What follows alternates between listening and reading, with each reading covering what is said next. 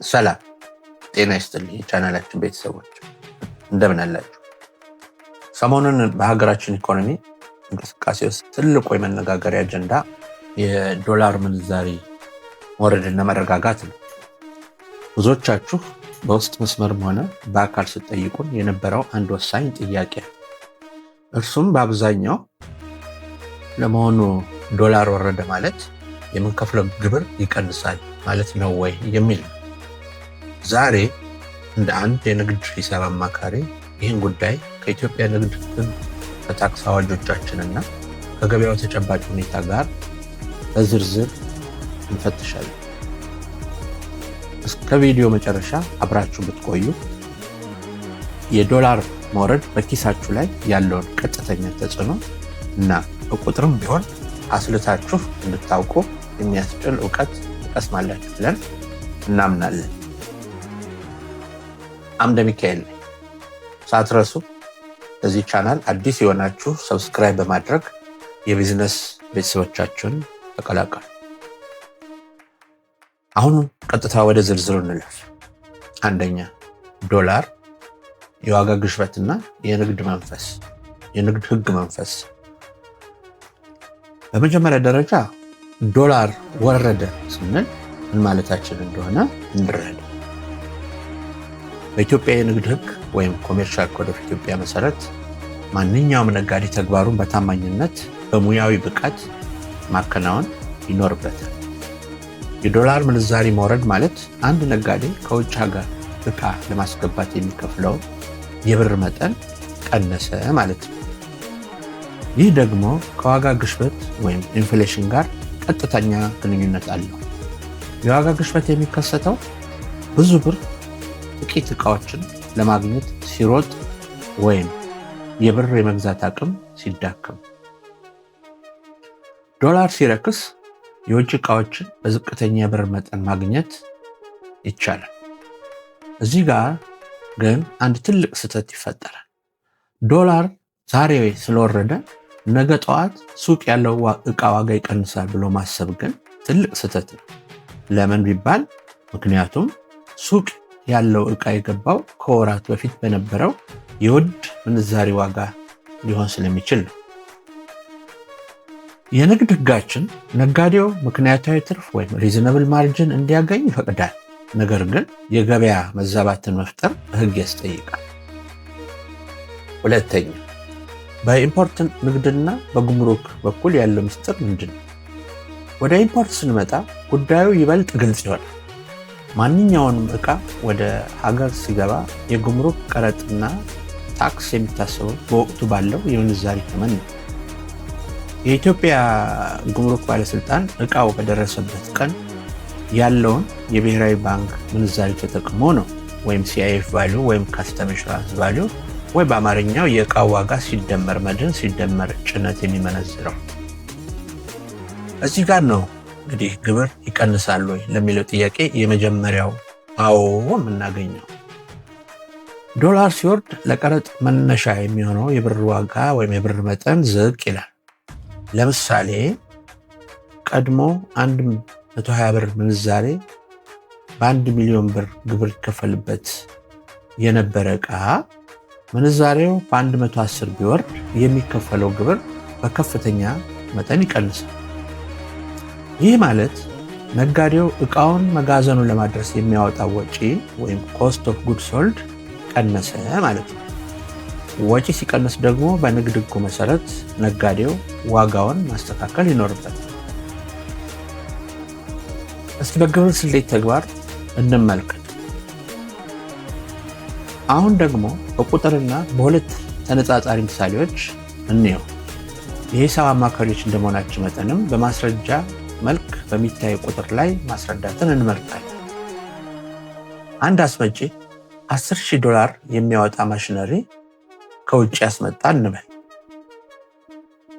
የመጀመሪያው ሁኔታ $1 በ120 ብር እያለ ነበር ያስመጣው። ማለትም $10,000 በ120 ብር ገዝቶ ማለት ነው። ስለዚህ በዛን ጊዜ የዕቃው ዋጋ ስንት ነበረ? ዕቃው ዋጋ በብር 1,200,000 ነበር። የጉምሩክ ቀረጥና ታክስ ለምሳሌ 30% ቢሆን የ1,200,000 30% ቀረጥ 360,000 ብር ይሆናል ማለት ነው። ስለዚህ ነጋዴው ለዚህ ማሽነሪ ያወጣው ጠቅላላ ወጪ በ120 ብር በነበረበት ጊዜ ጠቅላላ ወጪው 1,560,000 ብር ነበር ማለት ነው። በሁለተኛው ደግሞ ዶላር ወረደ። ዶላር 120 ብር የነበረው ወደ 105 ብር ቢወርድ $10,000 የነበረው ማሽነሪ ዕቃ ሲገባ ዕቃው ዋጋው ጠቅላላ በ105 ብር ሲታሰብ 1,050,000 ብር ይሆናል ማለት ነው። የዚህ 30% ታክስ ደግሞ የጉምሩክ ቀረጥና ታክስ 30% 315,000 ብር ይሆናል ማለት ነው። ጠቅላላ ወጪ ለዚህ $10,000 ተመሳሳይ የዶላር ዋጋ ላይ ዶላር መውረድና ዝቅ በማለት ብቻ ያለው ልዩነት እንመለከታለን። ለምሳሌ ሁለተኛው ላይ 1,365,000 ብር ጠቅላላ ዋጋ ሆኗል ማለት ነው። ልዩነቱን አያችሁት። በምሳሌው መሰረት ነጋዴው በቀላሉ 195,000 ብር አተረፈ ማለት ነው። ይህ ቅናሽ የመጣው ከቀረጥና ከዕቃው ዋጋ መቀነስ ነው። ስለዚህ ዶላር ወረደ ማለት ግብር ይቀንሳል ለሚለው መልሱ በትክክል አዎ ነው መልሱ። በብር ደረጃ የሚከፈለው የቀረጥ መጠን ይቀንሳል። ነገር ግን በትርፍ ግብር ወይም ቢዝነስ ፕሮፊት ታክስ ላይ ያለው ተጽዕኖ ከታሰበ እሱ ሌላ ታሪክ፣ ከዚህ ጋር ባጭሩ አይገናኝም ማለት ነው። አራተኛ፣ በዚህ ሂደት ውስጥ የሚከሰቱ ስህተቶችና የህግ ተጠያቂነት ምንድን ናቸው? ብዙ ነጋዴዎች የሚሰሩት ስህተት የዶላር መውረድ ተከትሎ ዋጋ አለመቀነስ ነው። የኢትዮጵያ የንግድና ቀጠናዊ ትስስር ሚኒስቴር የገበያ ቁጥጥር አዋጅ መሰረት ያለ አግባብ ዋጋ ማሳበጥ በህግ ያስቀጣል። ሌላኛው ስህተት ደግሞ በዕቃ ዋጋ ኢንቨንተሪ ቫሉዌሽን ላይ ወይም የክምችት ዋጋ ግምት ስህተት ነው። አሮጌውን ወይም በውድ የተገዛውን ዕቃ እና አዲሱን ወይም በርካሽ የገባውን ዕቃ ዋጋ ቀላቅሎ አለማስላት ለኪሳራ ሊዳርግ ይችላል። በንግድ ሕግ መሰረት ማንኛውም ነጋዴ የሂሳብ መዝገቡን በትክክል መያዝ አለበት። ዶላር ሲወርድ ባላችሁ የሽያጭ ዕቃ ክምችት ላይ በድጋሚ የዋጋ ክለሳ ወይም ኦዲት ማድረግ አለባችሁ። ስናጠቃልለው እንደ ሂሳብ ባለሙያ የኛ 3 ዋና ዋና ምክሮችን ወይም 3 ዋና ነጥቦችን እናስቀምጣለን። አንደኛ ለነጋዴዎች ነው።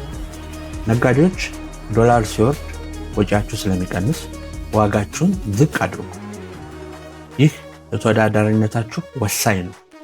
የኢትዮጵያ ገበያ አሁን ላይ ፕራይስ ሴንሲቲቪቲ ወይም ለዋጋ ለውጥ ስስ እየሆነ ስለመጣ ቀድሞ ዋጋ የቀነሰ ነጋዴ ገበያውን ይቆጣጠራል። ሁለተኛ ለሸማቾች ነው። ለሸማቾች የምናስተላልፈው መልእክት የዶላር መውረድ ወዲያውኑ ሱቅ ላይ ተጽዕኖ ባያሳይ እንኳ ቀስ በቀስ አዳዲስ ዕቃዎች ሲገቡ ዋጋ መውረዱ አይቀሬ ነው። መብታችሁን አውቃችሁ በትዕግስት ጠብቁ። ሶስተኛ የምንመክረው ከህግ አኳያ ነው። ማንኛውም ግብይት በደረሰኝ አካል የዶላር ምንዛሪ መውረድ በደረሰኝ ላይ ያለው የብር መጠን ስለሚቀንስ ለወደፊት የምትከፍሉትን የትርፍ ግብርም የተመጣጠነ እንዲሆን ይረዳዋል። በአጠቃላይ ዶላር መውረዱ ለሀገር ኢኮኖሚም ሆነ ለግለሰብ ነጋዴ ትልቅ እፎይታ ነው። ይህንን አጋጣሚ ተጠቅማችሁ የንግድ ስራችሁን ወይም ቢዝነሳችሁን በዘመናዊ መንገድ እንድትመሩ እንመክራለን። ቪዲዮ ከጠቀማችሁ ላይክ አድርጉት። ጥያቄ ካላችሁ ኮሜንት ላይ ጻፉልን። እያንዳንዱ ጥያቄ ለመመለስ ዝግጁ ነን። በቀጣይ ክፍል 06 የምርት ስም ግንዛቤ ወይም ብራንድ አዌርነስ በሚለው ርዕስ ላይ እንገናኛለን። እስከዛው ጤናችሁና ቢዝነሳችሁን ጠብቁ። እናመሰግናለን።